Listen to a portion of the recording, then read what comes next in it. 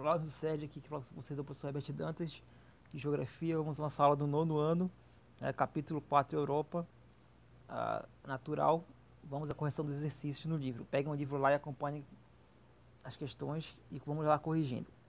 Vamos começar com a página 73, né, que tem, na página 72 tem um texto que fala sobre o sol da meia-noite, né, nos países da Europa setentrional, a Europa do Norte. Então, a primeira questão, você vai ler o texto e vai responder. Letra A. É possível acontecer os fenômenos do sol da meia-noite da meia-noite polar em alguma região do Brasil? Justifique sua resposta, né? Não, pois esse fenômeno só ocorre dentro do círculo polar, em círculos polares, né? Tanto Ártico quanto Antártico. O território brasileiro se localiza na zona tropical, que é bem distante, né? São latitudes baixas na zona tropical e latitudes muito altas nos círculos polares. Então, por isso que é impossível. Letra B. Em que regiões da Terra o número de horas e dias do número de horas da noite são praticamente iguais nas duas estações do ano? Porque em que região do Brasil isso acontece? Né? Então, próximo ao Equador, na zona intertropical, porque o eixo de inclinação da Terra, da rotação da Terra, pouco influencia a questão do período dos dias, período de tempo dos dias e das noites levam para acontecer. Certo? Isso ocorre principalmente na região norte e na região nordeste, que estão mais próximos ao Equador. Agora vamos dar o grande salto para a página 81. Primeira questão da página 81. Quais são os limites físicos da Europa? Responde seu caderno, está, né? Lá no começo do capítulo. Limites naturais. Os limites da Europa são: ao norte, Oceano Glacial Ártico; ao sul, Mar Mediterrâneo; ao oeste, Oceano Atlântico; e a leste, Montes Urais e o Mar Cáspio. São esses limites geográficos físicos da Europa. Segunda questão. Na Europa existem muitos mares. Por que ocorre esse fato geográfico? Né?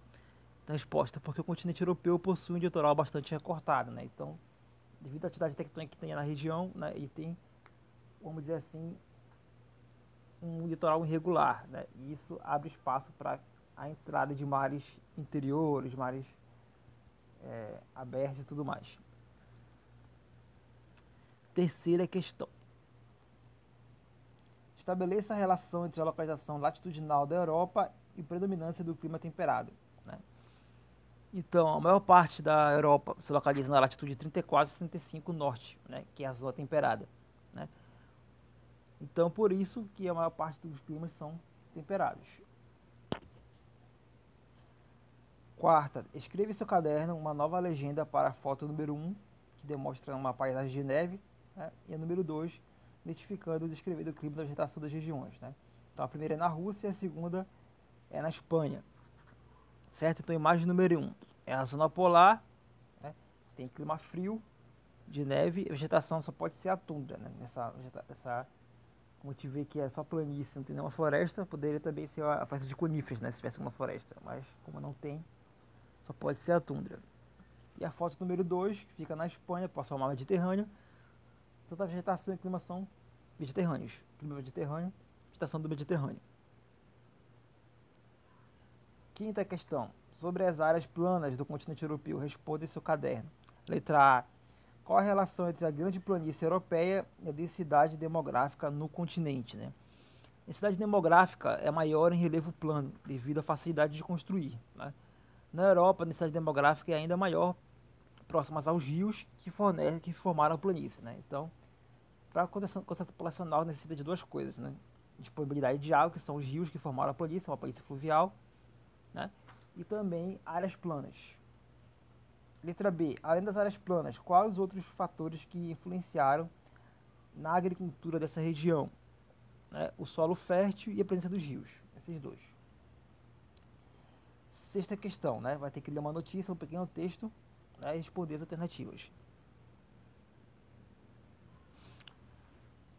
Letra A. Esportes como o alpinismo e o esqui de neve são muito praticados em algumas montanhas da Europa. Onde esse tipo de montanha se localiza no continente europeu? Se localiza no sul da Europa, pessoal. Então, as principais montanhas, né, os Alpes, estão no sul da Europa. Letra B. Qual a origem dessas montanhas? Elas se originaram na era Cenozoica, um tempo recente do tempo geológico, né, e foram pouco desgastadas na erosão, né? São os desdobramentos modernos. Letra C. O texto diz que o Monte Branco é o ponto mais alto da Europa Ocidental. Qual é o ponto mais alto de todo o continente europeu? Né? Então, a maior montanha é o Monte Elbrus, né, com 5.000 metros de altura e meio. Localiza-se na Europa Oriental, né, próximo à Rússia. Vamos agora à sétima questão, na página 82.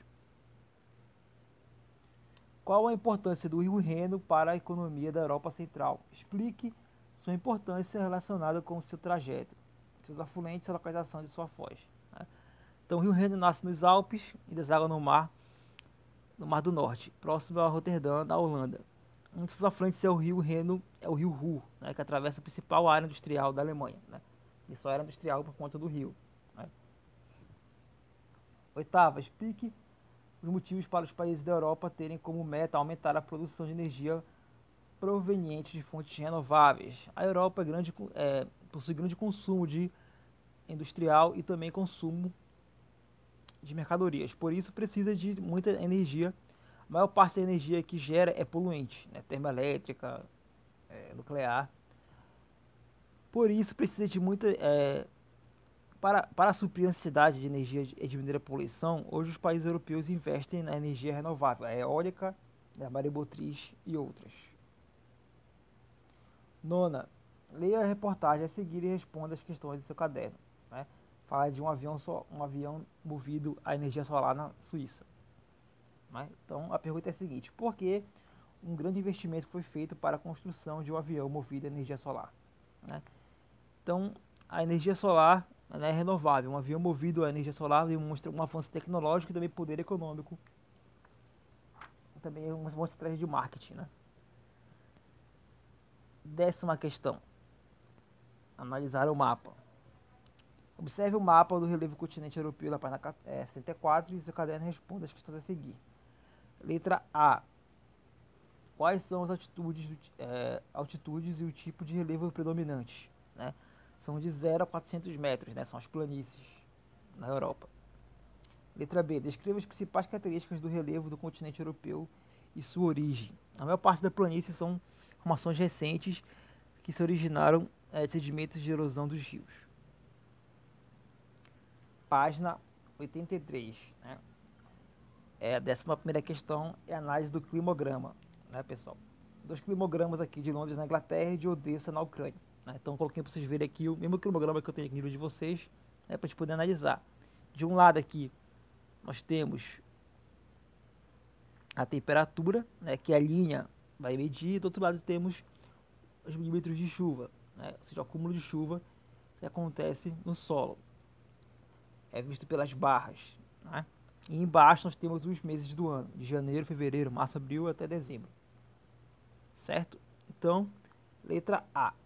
Ele pergunta: identifica os climas de cada climograma. Né? Então, o clima de Londres, como fica na Europa Ocidental, a gente sabe que é o clima temperado oceânico, né? Aquele que sofre com a umidade do Oceano Atlântico.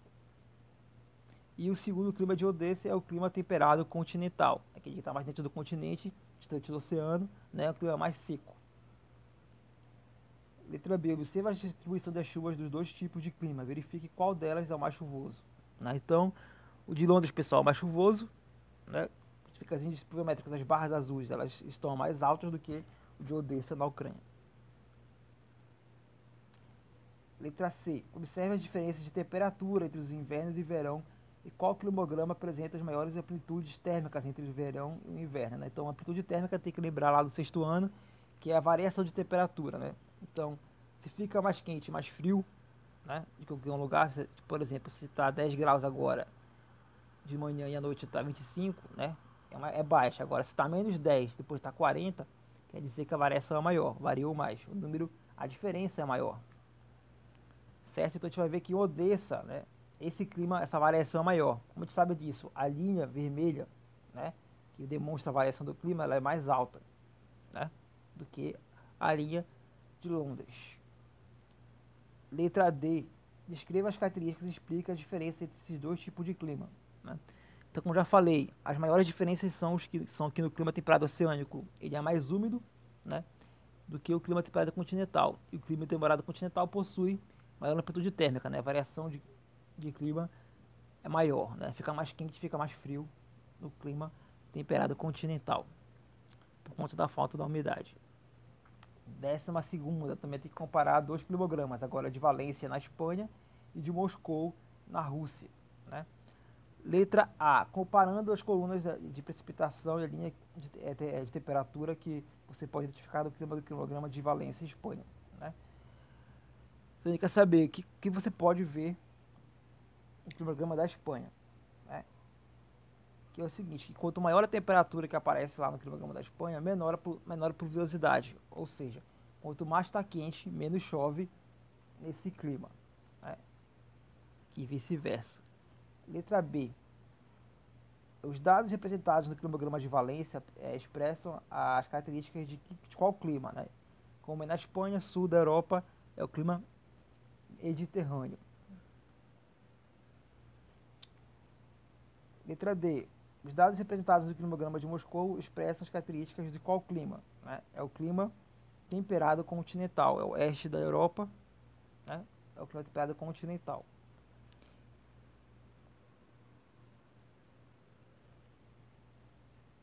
E letra E, comparando os dois climogramas, qual apresenta maiores temperaturas e qual apresenta menor amplitude térmica. As maiores temperaturas ocorrem no climograma de Valência, que é um clima quente, o clima comparado com o clima temperado, né, o clima mediterrâneo, e as maiores amplitudes térmicas ocorrem em Moscou, né? Lá vai ficar muito mais frio do que fica no Mediterrâneo, certo? Então, pessoal, obrigado por acompanhar aqui nossa correção. Corrijam aí direitinho e até a próxima.